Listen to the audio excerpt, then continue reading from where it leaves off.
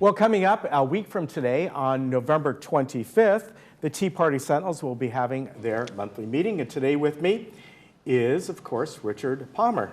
Good to see you. Thank you, Ken. Yeah. Appreciate it. So next week you have someone who's been a speaker with you folks we've before, had a few him before. times. Yeah, Brad Dacus. Yeah. And tell us about Brad. You know, he is America's patriot. I can't explain it any other way, because he helps little guys that have been banged around by the politicians who exceeded their authority, and you know he's fighting religious persecution, and he's fighting what's going on in the schools, and he's just if a person is being harassed by any agency, he just steps in and covers the whole expense. Okay. So, I mean, the guy is amazing. I was so delighted that he was able to speak to And our group. and this organization is called the Pacific Justice Institution, right? Right. Okay. Yeah. So I was just totally impressed, and he's on a lot of radio stations. Of course, I don't listen to any of them except Fox News. But that's my... Yeah, I see here you've written all the different things he's been on. So is he basically, you said he helps all different people. So is he basically nonpartisan? It's like somebody needs help with something and that feels... If they're being harassed by an agency, he will step in. Okay. I don't think he even asked, what their political affiliation is. Yeah, that doesn't matter then. But the chances are, if it's a Democrat, they're not gonna complain. Right. Because we have a one-party system here. Yeah. So, but he actually handled all the western states for 5 years, and then he decided to just concentrate on California. Okay. Because we really need somebody like him with all the stuff that's going on. And he's within this area? Yeah, he lives okay. Yeah, in fact, he has a Christmas party. He's in Orange County. Okay. And he works out of San Francisco. His main office is there, but he has a local office too. Okay. So, but I hate to bring politics in when I'm discussing Brad, because he's so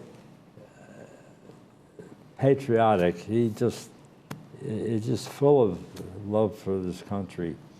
But what's going on today in the news is an abysmal thing going on, especially with Schiff running his committee, and he acts like he's a judge and jury. Right. And I watched him. I have to watch him to see what's going on, but he's just so abrupt. I mean, he won't let anybody speak.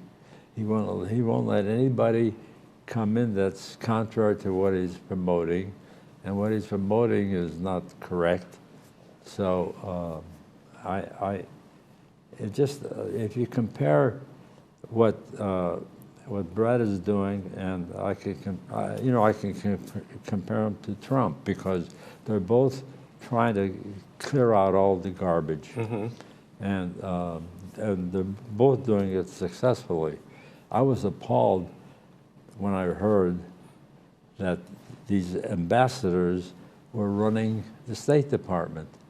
I thought the president's job was to run the State Department. I mean, so that's why there's so much animosity, because he's opposing what the normal operation is. Okay. All presidents let them do what they want to do, and he's the first one that stepped in, and rightfully too, because they're misdirecting this country in a terrible way. So is this something that your speaker, Brad's going to talk about, or is he going to talk about mainly his organization? Oh, no, he's not going to be talking about politics. Okay. No, I wouldn't expect him to, but I'm just bringing it up as a comparison. It's just abysmal what's going on, It's almost a shock. I mean, I was, a long time ago, I was a Democrat, and today's party is nowhere near what it was before. Yeah. So there was always some funny stuff going on, but nothing this ridiculous. So, but Brad himself is a great guy.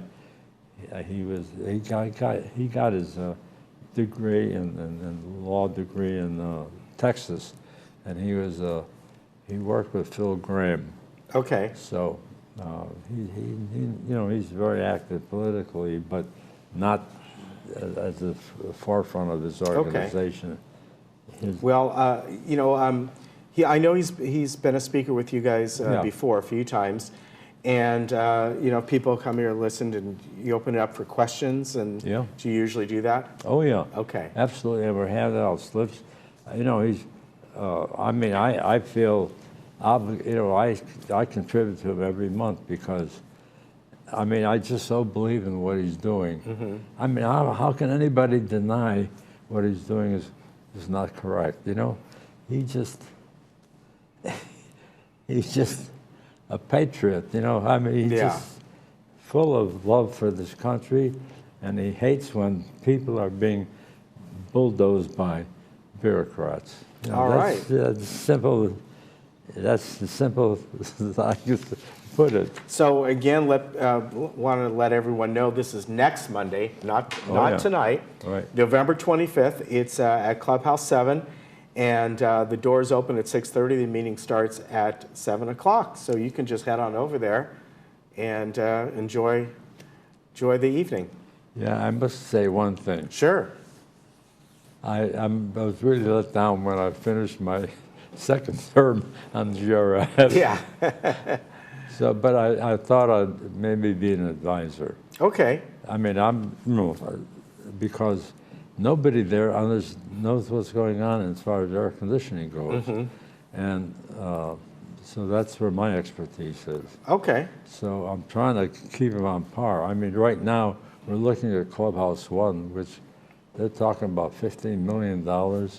Clubhouse 3 is another $15 million. We can't. There's no way we can afford that. Right.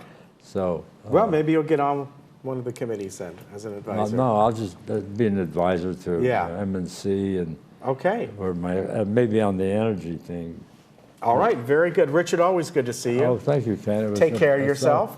And we'll see you next month, right? Are you having a meeting in December or not? No. We're going dark. Okay, that's what I thought. Always do. Okay. We're sending out a notice too. Okay, so then we'll see you in a couple months then. Right. All right, you take care. Yeah. Always good to see you. Thank you. We'll be right back.